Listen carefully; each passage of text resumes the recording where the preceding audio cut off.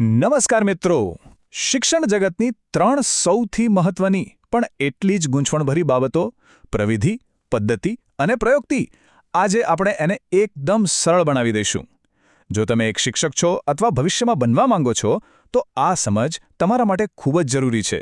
તો ચાલો શરૂ કરીએ. અને હા, જો તમને અમારો આ પ્રયાસ ગમે તો શરૂઆતમાં જ આ વિશ્લેષણને લાઇક કરી દેજો અને ચેનલને સબસ્ક્રાઇબ કરવાનું ભૂલતા નહીં.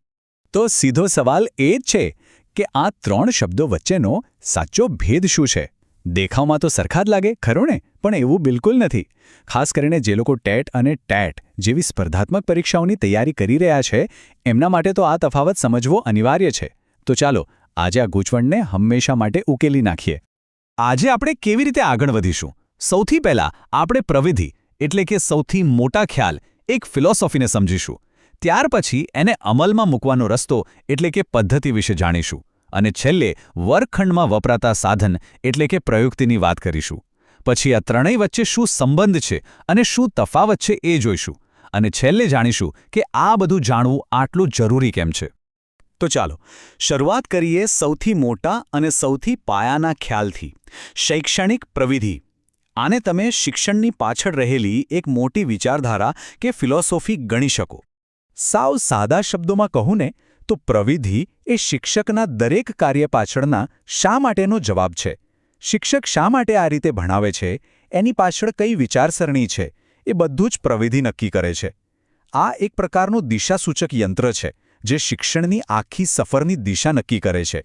જુઓ, પ્રવિધિ કોઈ એક દિવસની વાત નથી. એ ખૂબ જ વ્યાપક અને સિદ્ધાંતો પર આધારિત હોય છે. એ નક્કી કરે છે કે શિક્ષણની ગાડી કઈ દિશામાં જશે, અને એકવાર દિશા નક્કી થઈ જાય પછી તમે કઈ પદ્ધતિ વાપરશો અને કઈ પ્રયુક્તિ અપનાવશો, એ બધું જ એનાથી પ્રભાવિત થાય છે.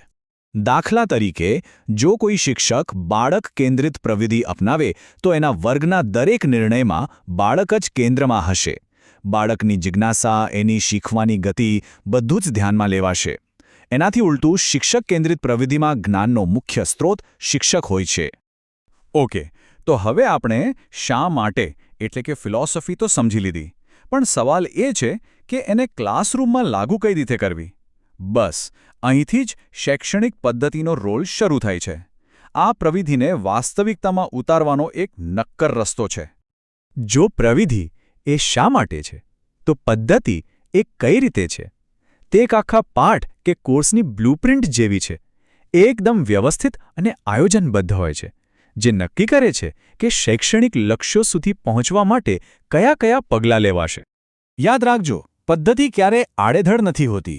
એ હંમેશા એક ચોક્કસ ધ્યેયને ધ્યાનમાં રાખીને બનાવવામાં આવે છે, અને એ પાઠની શરૂઆતથી લઈને અંત સુધીની આખી પ્રક્રિયાને એક માળખામાં બાંધે છે. આ પદ્ધતિઓથી તો આપણે સૌ પરિચિત છીએ, જેમ કે વ્યાખ્યાન પદ્ધતિ, જેમાં શિક્ષક બોલીને માહિતી આપે છે, અથવા તો ચર્ચા પદ્ધતિ, જેમાં વિદ્યાર્થીઓ અને શિક્ષક વચ્ચે વિચારોની આપ-લે થાય છે. આ બધી અલગ અલગ પદ્ધતિઓ છે જે કોઈ ચોક્કસ પ્રવિધિ હેઠળ કામ કરે છે.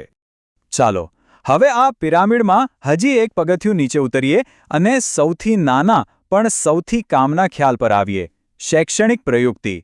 આ તો વર્ગખંડમાં વપરાતું એક પ્રેક્ટિકલ સાધન છે. તો જો પદ્ધતિ એ કઈ રીતે છે, તો પ્રયુક્તિ એટલે તમે અત્યારે શું કરો છો. આ એવી નાની નાની યુક્તિઓ અને પ્રવૃત્તિઓ છે જેનાથી પદ્ધતિ સફળ બને છે. આ તો જાણે શિક્ષકના ટૂલબોક્સમાં રહેલા નાના નાના ઓજારો જેવી વાત છે. દરેક પ્રયુક્તિ કોઈના કોઈ પદ્ધતિનો જ એક ભાગ હોય છે. એ બહુ ટૂંકી અને ચોક્કસ હોય છે, જેમ કે કોઈ અઘરો મુદ્દો સમજાવવા માટે એક નાની ગેમ રમાડવી, અને એનું પરિણામ તરત જ વર્ગમાં દેખાય છે.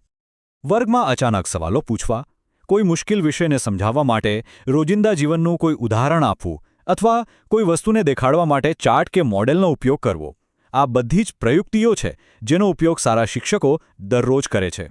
સારું, તો અત્યાર સુધી આપણે ત્રણેયને અલગ અલગ રીતે સમજ્યા. હવે સૌથી રસપ્રદ ભાગ આવે છે.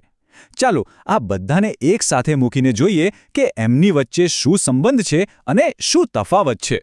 આ ટેબલ પર એક નજર નાખો, આખી વાત એકદમ સ્પષ્ટ થઈ જશે. જુઓ, પ્રવિધિ સૌથી વિશાળ છે, એક વિચારધારા. એનાથી નીચે આવે પદ્ધતિ, જે ભણાવવાની એક રીત છે. અને સૌથી નીચે અને સૌથી નાની છે પ્રયુક્તિ, જે એક ચોક્કસ યુક્તિ છે. પ્રવિધિ દિશા નક્કી કરે છે, પદ્ધતિ આખી પ્રક્રિયાનું સંચાલન કરે છે અને પ્રયુક્તિ એ પ્રક્રિયાનો માત્ર એક નાનો ભાગ છે. અને આ સ્લાઇડ આ સંબંધને એકદમ સરળ રીતે સમજાવે છે. આ એક વન વે રોડ જેવું છે જે ઉપરથી નીચે તરફ જાય છે. સૌથી પહેલાં તમે પ્રવિધિ એટલે કે ફિલોસોફી પસંદ કરો છો. એના આધારે તમે એક પદ્ધતિ એટલે કે પ્લાન બનાવો છો અને એ પ્લાનને સફળ બનાવવા માટે તમે અલગ અલગ પ્રયુક્તિ એટલે કે ટૂલ્સનો ઉપયોગ કરો છો. સિમ્પલ. પણ હવે સવાલ એ થાય કે આ બધી ચર્ચા શા માટે? આ બધું સમજવું આટલું જરૂરી કેમ છે? ચાલો હવે આપણા વિશ્લેષણના છેલ્લા અને સૌથી મહત્વના ભાગ પર જઈએ. જુઓ, જ્યારે કોઈ શિક્ષક આ ત્રણેય ખ્યાલો વચ્ચેનો સંબંધ બરાબર સમજે છે ને, ત્યારે એનું શિક્ષણ વધુ અસરકારક બની જાય છે.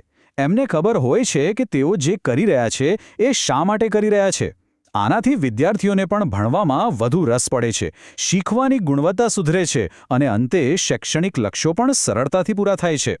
અને હા, જે મિત્રો ટેટ કે ટેટ જેવી પરીક્ષાઓની તૈયારી કરી રહ્યા છે એમના માટે આ સ્લાઇડ સૌથી કામની છે. બસ આ 4 મુદ્દા મગજમાં ફિટ કરી લો. દરેક શબ્દનો સાચો અર્થ, એમની વચ્ચેનો તફાવત, ઉદાહરણો અને સૌથી અગત્યનું એમનો ક્રમ. પ્રવિધિ, પછી પદ્ધતિ અને પછી પ્રયુક્તિ. આટલું યાદ રાખશો તો પરીક્ષામાં ચોક્કસ ફાયદો થશે. તો સારાંશ એટલો જ છે કે એક મહાન શિક્ષક બનવા માટે માત્ર શું ભણાવવું એ જાણવું પૂરતું નથી, પણ શા માટે એટલે કે પ્રવિધિ, કઈ રીતે એટલે કે પદ્ધતિ અને કયા સાધનોથી એટલે કે પ્રયુક્તિ ભણાવવું એ જાણવું પણ એટલું જ જરૂરી છે. આ ત્રણેયનું સંતુલન જ શિક્ષણને એક કળા બનાવે છે. આશા છે કે આજના વિશ્લેષણથી તમને આ ખ્યાલો સમજવામાં મદદ મળી હશે. જો તમને આ માહિતી ઉપયોગી લાગી હોય તો ચેનલને લાઇક અને સબસ્ક્રાઇબ કરવાનું ચોક્કસ યાદ રાખજો. ફરી મળીશું.